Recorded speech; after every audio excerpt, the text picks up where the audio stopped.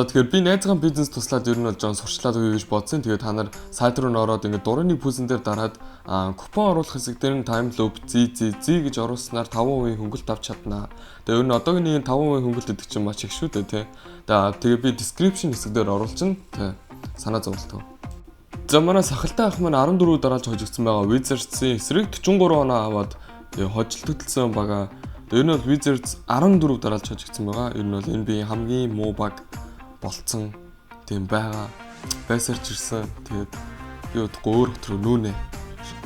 За тэгээд Timberwolves-ийн эсрэг ер нь бол баг алантай бужинсан тоглолт болсны эцэс тэгээд Timberwolves бол хожигдсан Clippers. Тэгээд ер нь бол энэ жил маш сайн амжилттай явж байгаа багуудын нэг Clippers бол яалч өмнө тэгээд цаашдын тоглолтууд амжилт төсөй. За миний хамгийн үзүүштэй тоглолт шиж боддог Jalen Green маань амар тоглолтод үзүүлсээр байна. Тэгээд Philly-гийн эсрэг 41 оноо авснаар Philly-г хожсон. Тэгээд Philly бас унсаар л байна тий. Одоо багийн лидерүүд нь хизээ ирэх юм бол мэдэхгүй. Тэгээд D'Lo Chris Paul хоёроос бие бинийгээ тохиодоод төөрхөн биелцээд амжсан. За тэгээд Trae Young энэ үлрэлт өөрийгөө overrated биш гэж батлсан үлрэл болж байна. Яагаад гэвэл багийн лидер үрийг маш сайн гүйцэтгэж байгаа. Одоо Cavs-ыг 2 дараалал хожигдсан байгаа шүү дээ. Тэгээд ер нь бол Атланта бол энэ үлрэлт маш сайн одоо удирлыг эхлүүлж байгаа багуудын нэг ялч өмнө. Тэгээд энэ янзаараа баг плей-оффт ч орж магадгүй тий. Одоо харжлаа. За тэгээд MVP-д маш хүчтэй өрсөлдөж байгаа Shai Gilgeous-Alexander маань тэгээд маш сайн амжилттай явж байгаа Warriors-тэй тулсан. Тэгээд хожсон тий. За тэгээд түүний дараагаар Lakers-тэй тоглосон. Тэгээд бас хожсон Shai Gilgeous бол маш сайн тоглож байгаа өөр үед. Тэгээд уусаа яалч MVP-д яригдах нь аргагүй тоглож шүү дээ.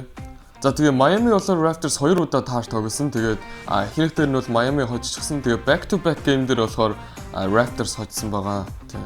За тэгээ Porzingis ирсэн Boston ер нь их додгор байгаа. Тэгээд хожигдохыг мэдэхгүй явж байгаа. Гэхдээ Cavs хожигдсан байгаа л та. Гэхдээ ер нь бол маш сайн тоглож байгаа Jason Tatum энэ тоглолтоор 35 оноо авсан. Тэгээд маш сайн байна. За яана уг нь өчтөр Jazz ингээ хожигдсан байсан байхгүй юу? Тэгсэн чинь яг энэ гоолын өмнө дасчуулагч чинь time out захиалчихсан. Тэгээд Lakers хожсон. Colin Sexton хөөх юм ёо.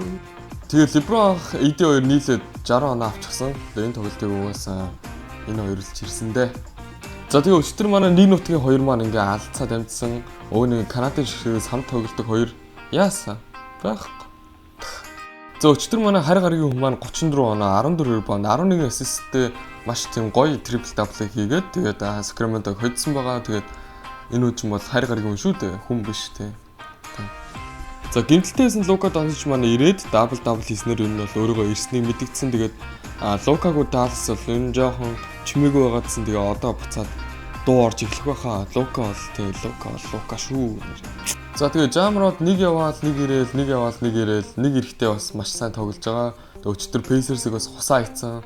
Тэгээ өөөсө топ 10 PG-ийн нэг шүү дээ. Таарч гисэн санал нийлэх хэрэгтэй.